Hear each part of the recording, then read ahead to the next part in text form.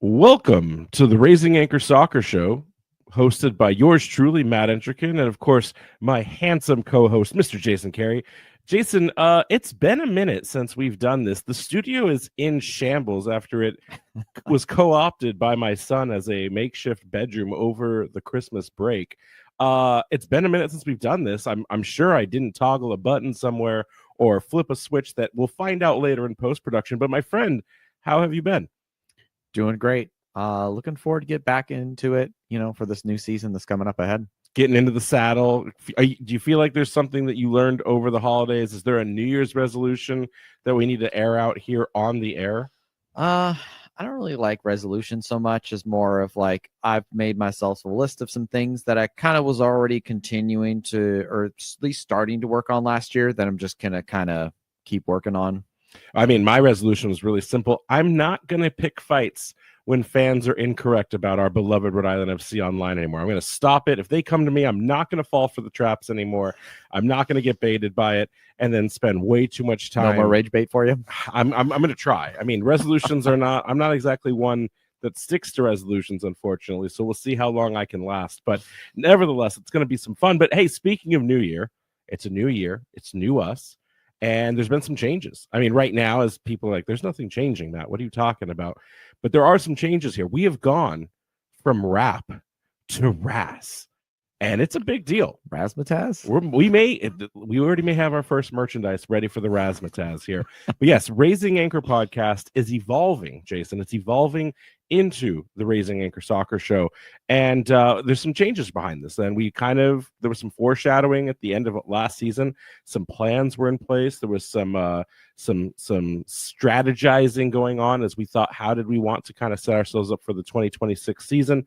And so long story short, if you haven't been following along on our social media, we've now joined the wonderful people at WBOB 990, where we're going to be on the radio waves ish, and I say ish, specifically on Tuesdays and Saturdays. We don't know the programming slot yet for exactly our timing.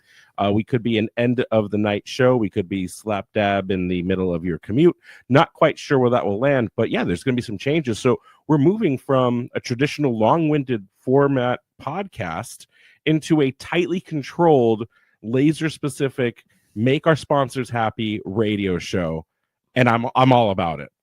Yeah, I think there'll be a little growing pains, but we'll get it figured out. Yeah, and so listen, we're going to do this once. We may do it a couple times, but just to walk listeners through what is changing and what isn't changing, here's the big things that you need to know and keep track of. So one, yes, there will be modifications.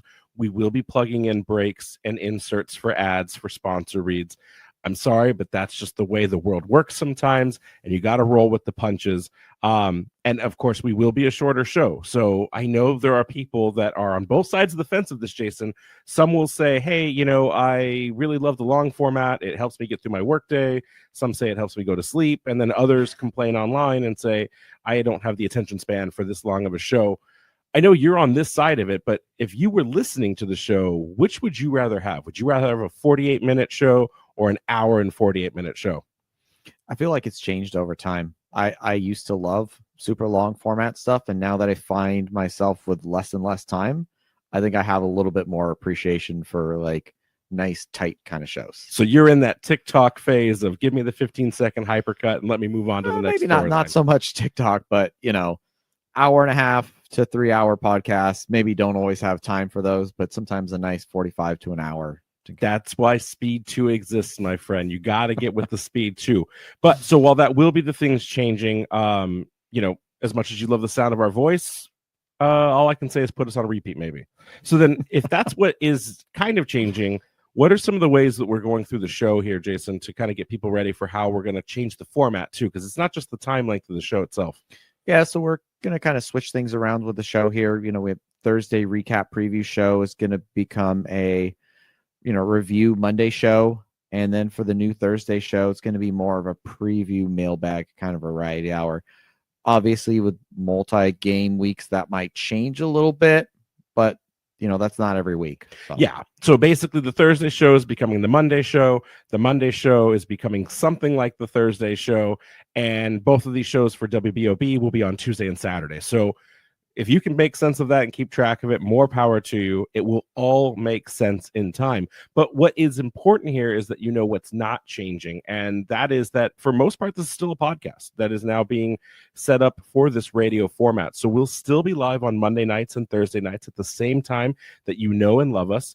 And we'll still also be uploading all of our content to our podcast streaming services across the web space. So what that means for you is if you don't want the ads, specifically around watching or listening to us on WBOB, you can still catch us on our live streams. Those we will put a break in it, but there will not be an actual ad read. And then, of course, when we do the streaming parts of it, I can't promise that since we're already taking the time and effort that we won't eventually cut ad reads into it, as we have had sponsors reach out and ask us about programming for the show. So if you don't want to listen to it with ads, the best bet might be watching to it live. And fortunately, that might be the new future for it as we go here. And then also, we will still continue providing all of our coverage when it comes to the exclusive interviews we do, the insider content that we create, and that will also be on all of our streaming. So basically, everything that you already love about us, it's not changing. Just the release dates for, again, the ad parts. If you already follow us along with us on our live nights, nothing will be changed for you there. So just get your comfy pants on and sit back and listen to Jason talk to you about why the 3-5-2 is still going to be the superior formation here in 2026. But Jason, I've already gotten a couple people that know about this. They've asked us, why are we doing this? What have you been telling people when they ask what is going on here? I mean, one of the things here is just to kind of test if we can actually do this, to see if this is something that we enjoy. One thing that I think we pride ourselves is kind of always trying to push ourselves forward, right? Yeah, no, I agree 100%. And like you said, kind of in that direction of moving things forward, we want growth right now. And we don't normally talk about this stuff because we try to keep it humble. But we looked through some of the statistics, we looked through some of the performance ratings, and we didn't realize that we are officially the number 2 consumed Rhode Island sports podcast in the state. So for a podcast in Rhode Island about Rhode Island, we're the number 2 in the industry here. And we've worked really hard to be that. And we're honored by all of the fans that continue to listen to us and give us that accreditation, if you will. But for all of that work and for all of the effort and for all the time that we've put into this is still kind of a hobby. And, when I look at the person above us being Kevin McNamara, who's with WPRO, he has his own sports hour talk. He's a name brand within specifically more often the college basketball scene and the baseball scene, but he's a name brand. And like for all the work we're there, like there's still a huge gap for us to get to. And it would be nice if we could at least break even or maybe even be incentivized. So we want to explore this as an opportunity. Jason, I don't know if we've ever shared the numbers with listeners. We always talk a big game, but for those that may hear this episode one day and maybe not, we've had a fantastic 2025. Like I should put the Spotify Wrap for creators out there, but we had over 700,000 minutes consumed by our listenership. We had a 238% increase in listenership, and that's more than one episode, by the way, buddy. We had that over the year. We're a top 5 podcast on Spotify by consumption in their platform. So that tells me there's 95% of people out there that did like one episode, it wasn't for them, and they just gave up, because I don't feel like it's that hard to get people to engage with your content. And then but my favorite thing here, and I want to ask you this question, is within Spotify Wrap, it tells us our top 5 artists average combination of our listenership. So it tells us their top 5 favorite music artists. Who do you think is the number 1 artist that our fans listen to in 2025? Ooh, Bad Bunny. He was in there. He was number 5. Number 1 though, Taylor Swift. Okay, that was actually my second guess. Which is, but it's weird though, because to me, I don't know how our core demographic of men aged 35 to 44 fit into the Taylor Swift demographic there. So we got some Swifties out there. Rizzle for Rizzle, It's more ammunition as to why she needs to come to Centerville Bank Stadium for a game or a concert or just sing the national anthem. Like she's Rhode Island royalty, and she's welcome both at Centerville Bank Stadium and on this show anytime. But then there's one last final reason. I think you kind of touched on it, but there is also like one last thing there, right? Yeah, I mean, we owe it to our fans to kind of grow the show. We can't really rest on our laurels here. like I said, the kind of always moving forward kind of mentality that we bring to this. Yeah, and with that, by the way, one of the things is, and it's no shade thrown on the club, but we are in this privileged but weird position with the organization where we are both the amateur hour and like the light, that's lighting the way when it comes to coverage of Rhode Island FC. I genuinely think that the club did not anticipate that this fan podcast was going to kind of get to the level of gravitas. And maybe I'm giving myself too many flowers here, but got to pat yourself on the back at some point. You got to. And I think that like they didn't anticipate that. So we're always in this weird redheaded stepchild situation, and you got to. And it's awkward because at times where we are the most informed, we are the experts, we are at the pinnacle of both insider information, general fan engagement, community awareness, we're also not the Boston Globe. We're not the Providence Journal. We're not even WPRO, which some of the play-by-play callers and Tom and Nick. So it sometimes gives us a level of restriction to where if we can continue to grow our fan base and we can continue to grow awareness of the radio show here now, it'll give us more leverage in how we can influence and how we can partner with the club. Because right now it's not necessarily always a two-way street. Sometimes it's here's the bone we're going to throw you, and sometimes it's like us coming up and begging for scraps. So I'd like to see that change. And by doing that, it gives us the ability to give you guys better programming, where we want to one day have Kano come on every Thursday show and give us a 10-minute brief on the week on what he's planning, or have Coach Spratt come in. And so there's goals, there's ambitious goals behind this, which is why we needed to go there. So whether you love this new format, you hate this new format, if you hate it, either don't tell us or give us constructive feedback on how we can improve it. And if you really hate it and don't want this anymore, start paying our bills, sponsor the show, and we'll get into a room somewhere and we'll talk numbers. And if that number works, we'll go back to the original format for you and you specifically. And I'm happy to do it. Servers ain't cheap. Jason has a price, everyone, and it's not as high as you would think. So anyway, let's get into this here. Jason, the World Cup is coming. I don't know if you know about this thing. Have you heard about the World Cup before?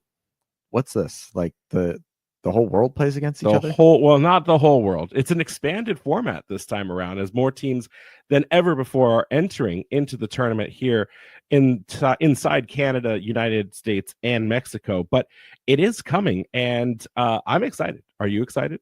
Absolutely. I'm kind of curious to see how much, depending on it, like if our season's not going very well, or it's just like, you know what I mean? Like how much do we all of a sudden just become like infatuated with the World Cup and kind of forget that there's a team we're talking about here? I mean, if that captures our hearts and minds, so be it. There's a chance, we'll get to it a little later, that maybe a player from this squad could potentially make a World Cup appearance here. So that's exciting. But also though, it's going to be tough because there's only 3 games where Rhode Island is actually kind of mixed up inside the World Cup schedule. We weren't sure at the time if USL, because they said they weren't taking a stoppage, we weren't sure how that would mix in, and it's been pretty clean. There's the Brooklyn match, which is in the USL Cup match at home at Centerville Bank Stadium in July. There's the 4th of July game against Orange County at Centerville Bank Stadium, and there's a game, I think, against Loudoun or Tampa away right at the beginning, like it's the 2nd or 3rd day of the World Cup, and those are the only ones that could even possibly interfere with a World Cup match. So this could be a very fun June and July for soccer, not just for Rhode Island FC, but also for the World Cup itself. Yeah, soccer overload for us that month. I'm curious to see if the front office is going to kind of lean into that, to use CBS or any kind of FIFA opportunities there to kind of get some more buy-in and maybe really get people jazzed about the club. And I mean, if they don't, it's their loss. Patriot Point can only hold, or Patriots Place, excuse me, not Patriots Point in Charleston. Patriots Place can only host so many for a FIFA watch party in conjunction with everyone that's going to be inside Gillette Stadium to attend those matches. This could be a perfect spill-off. Again, people don't realize as they travel from international that Rhode Island Providence specifically, is going to be a closer airport option to Gillette than actually going into Logan. It might be difference in flight prices and that kind of stuff, but it could be the better option. Why not make us a professional soccer field a watch destination? I haven't heard anything yet, but I am really excited. And then, of course, there's Bryant University, right, which is still designated as a potential suitor for a national team to go and have a camp and kind of be their strategic home base. We've heard the rumor that it could either be England, France, Brazil, Morocco, Scotland, Haiti, Ghana, or Norway to use that. Basically, a lot of the teams that are cycling through Boston and the New York region. So who knows? Maybe we'll get one of those. I'd like it to be Scotland just because, I've got a personal preference there, but I could easily see Norway because they have a majority of their games nearby. And maybe we'll go see Erling Haaland, score a hattie in practice for funsies. So I'm ready for it. But I got to move on here because we're almost at time and we got to keep these things tight nowadays. Last thing I want to ask you is the ticket controversy. Jason, did you hear about the U.S. men's national team ticket controversy? I think I missed that one. I mean, there's a general ticket controversy where they're kind of expensive and they threw us a bone, if you will, and released some cheaper tickets. Is there a new one that I missed? So there are $60 tickets coming, but they have a whole insider tier of how much did you pay to be a U.S. insider? How long have you been a supporter group member? Which we knew that one from the beginning. And all of those things don't give you a priority order. They just give you additional raffle purchases. You have to pay for raffle tickets to be selected for a cut into one of these tiers to get a ticket within the supporters group. So going to a USMNT game is like playing a gotcha game then. It is honestly, it is now literally, and we've heard this about the U.S. system at large when it comes to the youth soccer, it is now pay to win. So you can't ask for anything better than that. See it. But final thoughts. I want to ask you before we get on to the next segment and go to break for our sponsors. U.S. men's national team kit thoughts. You love it? You hate it? You're going to buy it? I mean, I'm okay with them. One of our colleagues at the Blazing Musket said that they look a lot better in person and that the pictures don't do them justice. So I I'm really kind of enjoyed the forward to MAGA Waldo joke versus the Antifa black, which apparently it's not black. It's like a dark navy. So yeah, I mean, the fact that it's historic in a sense of it's a World Cup here, I was too young to remember the last one wasn't in soccer, so I'm just gonna buy both. Like I'm not gonna lie to myself. They're better than last World Cup. They're better than last World Cup. Yeah. So it's progress. It's a process improvement. I'm all about it. And then quickly, Hearts of Pine. Is that a coincidence? I learned something about this Waldo kit reenactment here, but Hearts of Pine released a very similar kit. Is that strategic coincidence or was that planned malfeasance? I bet that was strategic. And I'm curious if that honestly could be, a very, very smart thing on their part, right? Maybe more teams should kind of lean into occasionally just making a nod to the national team. I mean, I don't hate it. So just for fun fact, I mean, they all said that it was based on a lighthouse that they have. It looks like that. It's very similar, but everyone's referring to it as the Waldo kit. There is a county within Maine called Waldo.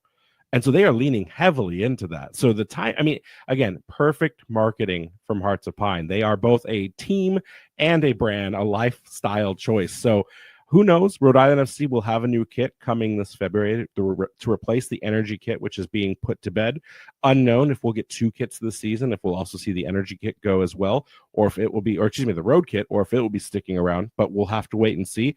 It's going to be an expensive year for buying jerseys.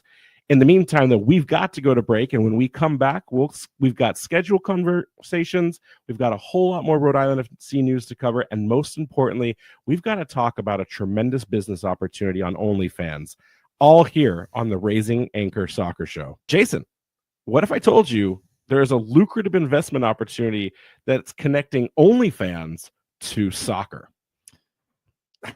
I don't even know how to respond to that. I had to be careful about even wanting to talk about this in the first place because, we try to keep ourselves above board as much as we possibly can. But when you see a title like that, you almost kind of have to scratch your head and That's go, why I'm just confused. Tell me more.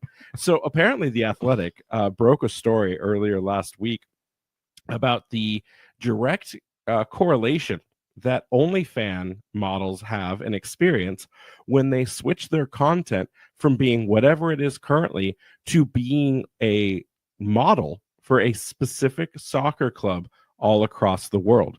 So suddenly, and the conversion numbers were saying like they saw a 5,000% increase. They saw 30,000 subscribers overnight. And it would just be, I just modeled instead of wearing a t-shirt, a dress. I just wore my Leicester kit. And suddenly 30,000 Leicester fans suddenly were fans on their social media, maybe on their OnlyFans. They didn't get into the numbers of like how that transitioned in terms of the economy, but they interviewed 5 of these OnlyFans models, and they explained how it transformed their lives, sometimes in a good way, sometimes in a more, a notoriety, right? And like now they've become, the bad luck of why their club is not performing well, looking at maybe Southampton, I don't know. But it's really interesting. So where I want to go with this is, who's going to be the first Rhode Island FC OnlyFans model? And should it be us? Because I am not going to discriminate against whether it's a man or a woman. You can be a man on OnlyFans. Do we need to get ahead of this lucrative business model before anyone else? I mean, hey, these servers ain't getting paid for themselves. If you guys want to see the Matt and Jason OnlyFans soccer Rhode Island FC calendar, we'll talk. There's a business opportunity for a charity. We'll talk. No promises, but we'll talk. But hey, let's get into real stuff. No one wants to hear about OnlyFans. They want to know about this schedule conversation while we were out. Yeah. So when we look at the upcoming season here, 34 games in 2026, split across 17 home, 17 away. So same as last year here. Eastern Conference is expanding with 2 new teams. Sporting Jacks and Brooklyn FC are real. They're on their way. We did lose North Carolina FC, though. They did cease operations. Maybe there's some sort of auto life thing that will trigger in a few years. That remains to be seen. When we look ahead to this matches, obviously we're excited for El Clamico. What else you kind of piqued your interest there when we look ahead to that schedule? Fun fact, did you know that El Clamico is perfectly even still? We have 2 draws and we have 2 wins, one win for each club. Otherwise, it is perfectly symmetrical still. And then if you count the USL Cup one as well, that ended in a draw. We don't talk about the penalty shootout. That also ended in a draw. So it is still perfectly even by the definition of how soccer is reported. Does that surprise you? A little bit, because it feels like they kind of had our number this year. I mean, Hartford fans will say that since they won the Jägermeister match, that they now have the advantage. But I digress. I am excited to see some games. Primarily, the 2 that are jumping off the page to me are actually 2 teams we have not seen since 2024.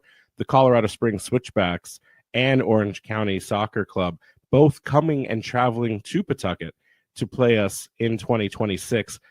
We did not do well against either of those teams, famously in the 2024 USL Cup final, where I don't even like to think about that, Jason. But what game was that? I've been looking for revenge against these 2 organizations for a very long time. And the fact that because we didn't get to see them last season, which was so odd, by the way, that we did not get a USL Cup final redux. Like, that was wild to me. I'm so glad that they're back, and they're going to be playing here in Centerville Bank Stadium. And I hope these are goals galore matches, because nothing would make me feel better than to put 5 on the Switchbacks. They are due. They are due for a beating. And I want JJ Williams to deliver it personally on a postcard that says turn around, and it's 5 goals in the back of the net. Absolutely. I think going forward, if for some reason Tulsa and Pittsburgh are not playing each other, there's definitely a missed opportunity there. And the league just needs to make those happen. When we look into the away matches wise, there's going to be a lot now, like Brooklyn. So, and then there's a Hearts of Pine League Cup game. So throw in Hartford there. I mean, there's a lot of local travel that's, not too far. And then we're kind of working on this whole Miami trip that a decent amount of us, I think, are going to go out there, try to, outnumber their fans if possible. It's only going to take 16 of us, Jason. It's only going to take 16 Rhode Island FC fans to do that. So I agree. I'm really excited. I hope that the club orchestrates some logistical travel for the traveling fans. We always seem to get to 2 weeks before the game, and then they say, oh, hey, do you guys want a bus? It's like, go and get these buses scheduled now. Find out the audience. Find out how many people want to go, and get it worked out. There's a bus sponsor. Academy sponsors the club. Use them. like Breeze sponsors the club. It's on the kit. Use them.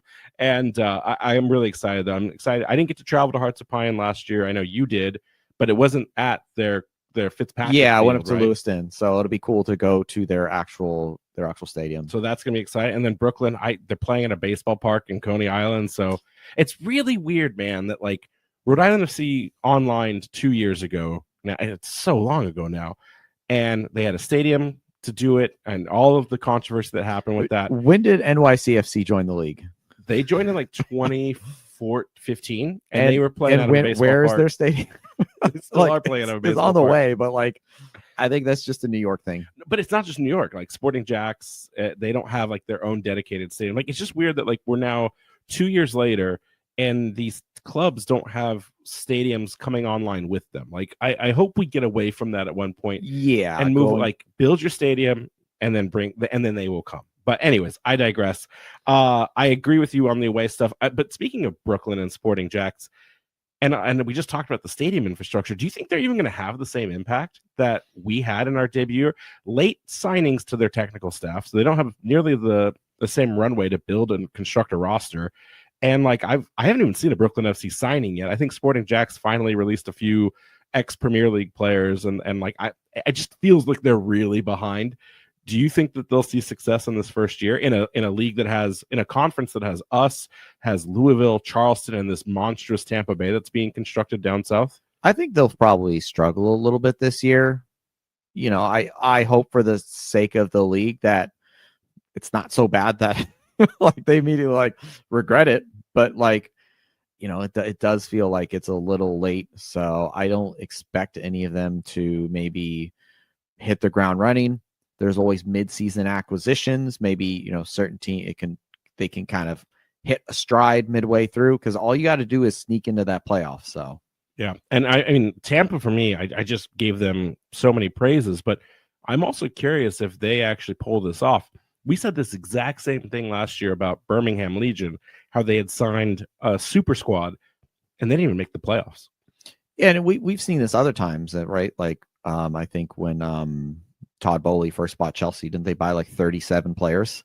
And we're like, oh wow, this is crazy. And then, you know, they've been a little up and down. So that's a lot of chemistry that's going to have to be built like overnight. Yeah. So, and for those that are just getting in tune with Rhode Island FC as a club, Rhode Island FC bringing back 20 players, like and most of them are also like was 16 the season before, the same group. Like this is and when you talk chemistry, this may be one of the best chemistry groups in the entirety of the championship. Like at least as far as the players know each other's favorite colors and their favorite foods. Like this is a locked in team. Yeah, we're definitely sitting over here crying about the excitement of new signings, but at the same time, you know, we got to, I think, be thankful for the fact that we kept a lot of the core team together. 2 Eastern Conference finals in a row. I mean, that's nothing to scoff at. Yeah. So before we go to break here, I'm going to ask you, who do you think the top 4 in the East are going to be this season? Ooh, okay. And you got to go in order. Okay, in order. Oh man. Okay. Ooh, let's just YOLO Tampa Bay Rowdies just for fun. Just to see something different. I don't think this is gonna happen. But then Louisville number 2, Charleston 3, RFC 4. I don't think Charleston make it into the top 4 this season. I think they are. I mean, both Louisville and Charleston have been hemorrhaging players this offseason. Everyone has been going after them. I think we're also missing the dark horse in Pittsburgh. I think Pittsburgh may actually only get better if they find an upgrade in their offense. So I'm going to say I still think Lou does Lou things and gets the number 1. I think Tampa to number 2. I think Rhode Island FC number 3 and Pittsburgh number 4. I mean, hey, I don't hate it. Hey, listen, when we get back, we're going to get busy with some international call-ups, and then we're going to deep dive on a signing of a certain player by the name of Leo from a certain team named Inter Miami FC, all here on the Raising Anchor Soccer Show. Jason, let's get busy. Let's what do you got over there, buddy? Yeah, so Rhode Island FC midfielder Dwayne Atkinson has been called up to the Jamaican Football Federation men's national team for its upcoming friendly against Grenada on January 18th in preparation for their 2026 FIFA World Cup playoff match against New Caledonia in March. Atkinson marks the 3rd active RFC player to receive a senior international call-up to represent his home country. I know of 1, and I know of 2. Do you know who the 3rd player is that's been actively called up? Do we count Anking?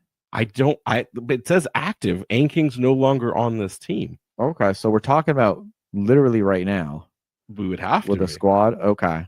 I I don't know. I don't either. So I'm not sure. That straight from the press release from Rhode Island FC. I think they're calling in Anking, which tells me one thing, Jason.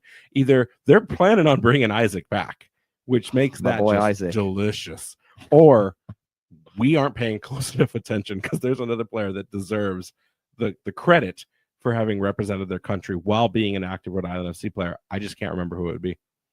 And I cannot remember who it would be. So shame on us. But hey, we're shaking off the rust. We're still in that holiday post New Year's cycle. Dusting off the snow here. Hey, listen, but speaking of Busy or Dwayne Atkinson, he goes by the name Busy for the uninformed. Are we shocked that he's getting this called up? I mean, he's got 49 goals across 134 appearances with Cavalier FC in the Jamaican Premier League, which, as you know, Jason, is a better league than the USL Championship. I've been seeing a lot of that conversation take place. They are a higher rated league. Do you believe that, by the way?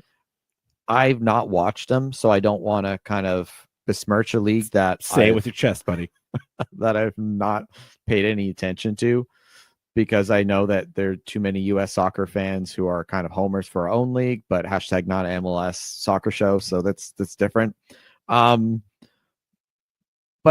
I'm kind of not surprised. This is not the same Jamaican national team from like 10 years ago, right? Who was a complete threat with Andre Blake in the back, just like blocking everything. They had some big stars playing abroad, but a lot of those guys have gotten a little older, and we've seen recently that they've retained some of their quality, but I think they need a little bit more of a spark up front.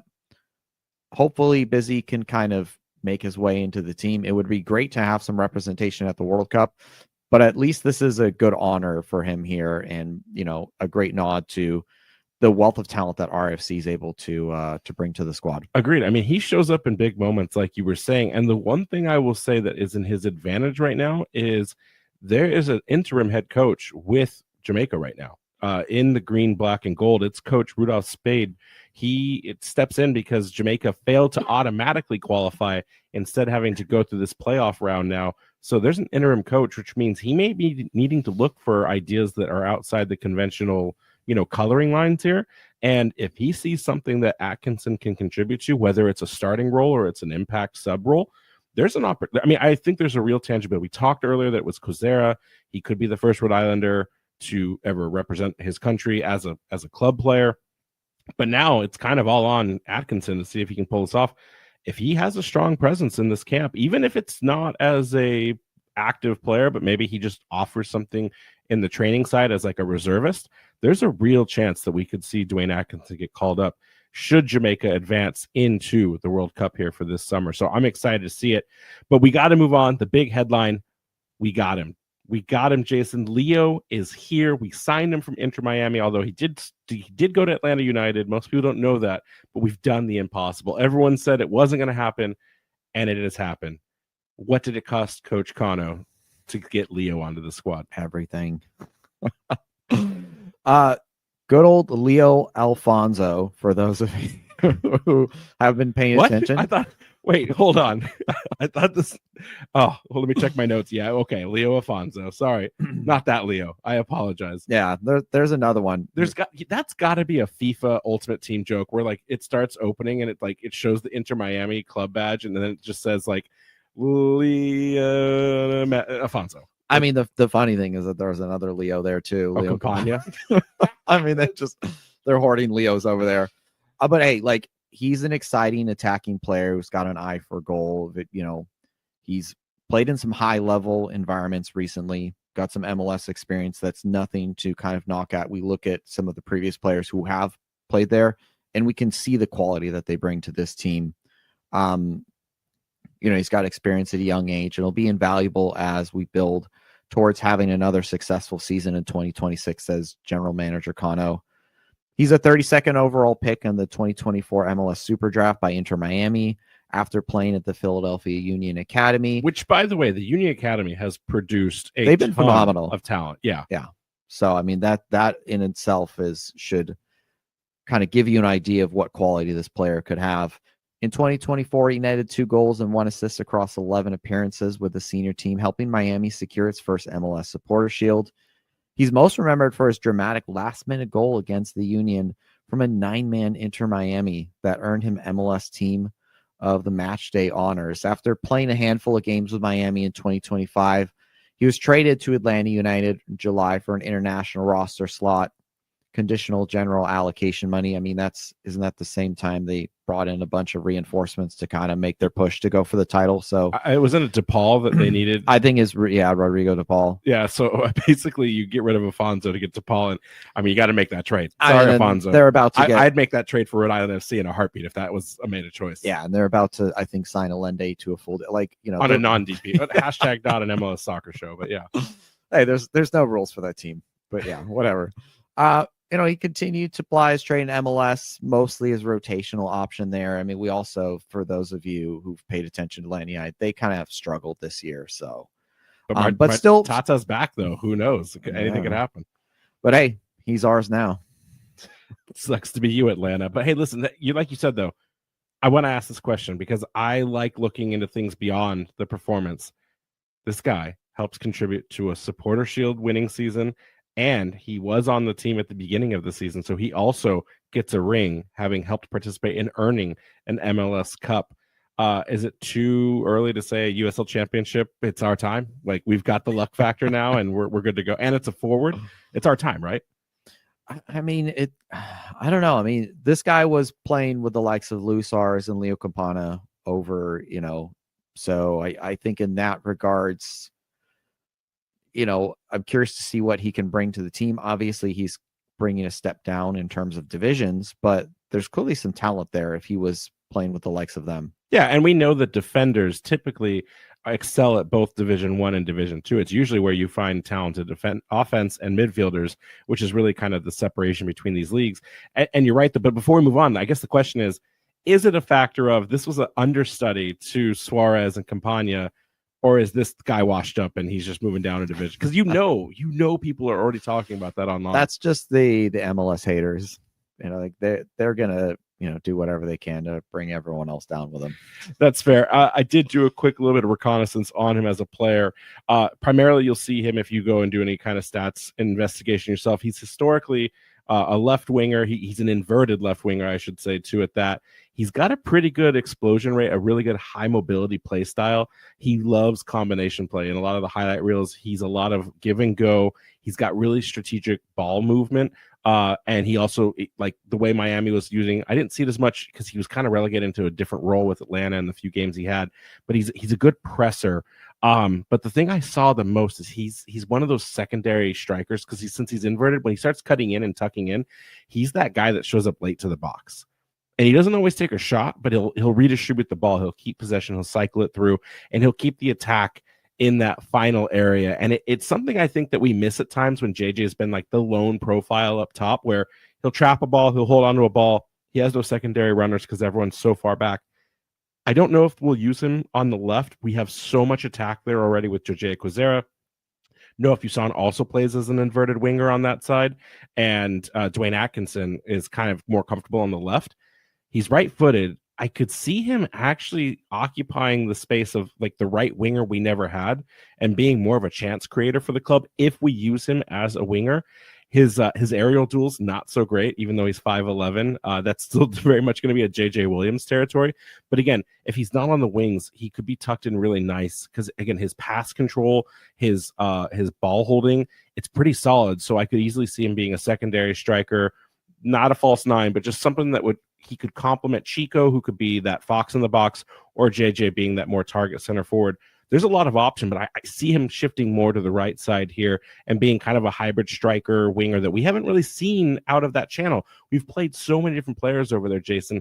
This feels right. Is this the right kind of move that we needed to have on that right side of the attack? Was this what was missing? I think so. We look at last season and, hey, we made it to the Eastern Conference Finals. You can't take that away from us. But in the same vein, we were the fourth lowest scoring team in the league. And I think that this team, when you think about how if we want to go all the way, we're going to need to score some more goals. Right. So, and also in the terms of like the casual fans want to see some goals, right, at Centerville Bank Stadium. So, and that was kind of hard to come by early on in the season. So hopefully he can bring some attacking threat to this team early on in the season. Yeah. And so finally, when we get back, we got one last break here for sponsors. we're going to talk about kind of signings on the way, what this club still needs ahead of this offseason going into preseason, and kind of wrap things up when we get back on the Raising Anchor Soccer Show. All right, Jason, we have our first signing. It's a forward. Lots of people were scared that it would be oops, all defenders all over again. I feel like Leo fills the Mark Doyle gap we didn't have at the beginning of last season. Those reinforcements in Atkinson came far too late into the season. We now have a complete strike force on the front, whether that's to hold JJ and Chico accountable and hold them honest and competitive, or he immediately makes a splash impact getting into that lineup, starting 18 or not. I feel like this is the first big step and move. What are the do you agree with that first and foremost? And then what are the other moves we need to still make in this offseason? Yeah, no, I think this is a good first move. Looking at the rest of the squad, we played basically all of last year without a recognized right back or right midfielder to a certain extent. So I think that is definitely a gap we need to fill. We did keep Danny Rivera. I would love to see him get some more opportunity, maybe integrate into this team instead of just some like 10 minutes here and there. But then, we're not sure in some of the midfield, right? Is Merrick Guevara coming back? Is he not? We don't know. They are going to wait until that's going to be a last minute signing there if we return him. If not, we saw a lot of flexibility from Bacharach, but then if he becomes a full-time midfielder, do we need to have another reinforcement in the back line? We lost some goalkeepers. We need some reinforcement there. So there's still a few more pieces. I think the pressing issue would be someone on the right side, someone to recognize right-sided players, so we don't have to kind of push Clay out wide and just like, what's the rotation of the week?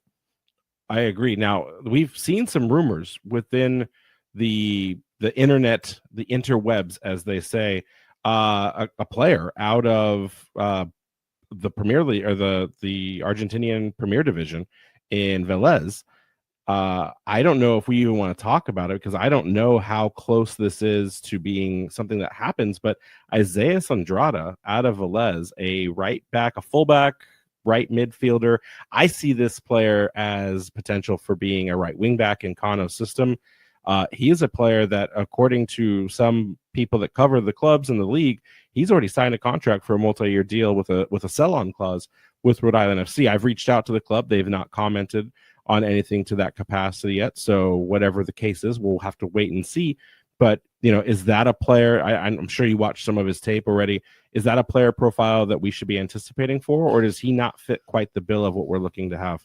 Yeah, it's interesting. I did watch a little bit of his tape. It's being reported by an Argentinian influencer who covers the league down there that, he's already on his way. From what I could tell, I saw a lot of interesting, kind of exciting attack there. I still think you want to have someone who can kind of do some of the dirty work too. And I just don't know I didn't see if that's in his locker yet, or maybe he's still young enough that could be developed, or is that Danny Rivera's job? Like someone who's maybe slightly more right back, right wing back. We definitely need another right back. I mean, you think about Rivera was not brought on to start. He was brought on to augment Steven Turnbull, who was a very last minute scratch. I'm still not convinced that was a planned departure and that there was some other mechanisms there. So I agree. But do we need a fullback or a right wing back? Do we need someone that can jump or join the attack, or do we need someone that can get into the attack from the back? I mean, a little bit of both, honestly. We have Rivera. So, do we want someone that's different from Rivera's play style, or do we just want who's ever the best that we can go out and grab? I mean, I guess if we saw a lot of experimentation, right, with Frank going out to the right. Is he just our defensive option for that? I think he's glue. I think they'd rather see him in the center line, to be honest. I don't see it. So it's a curiosity. Yeah. We'll have to wait and see.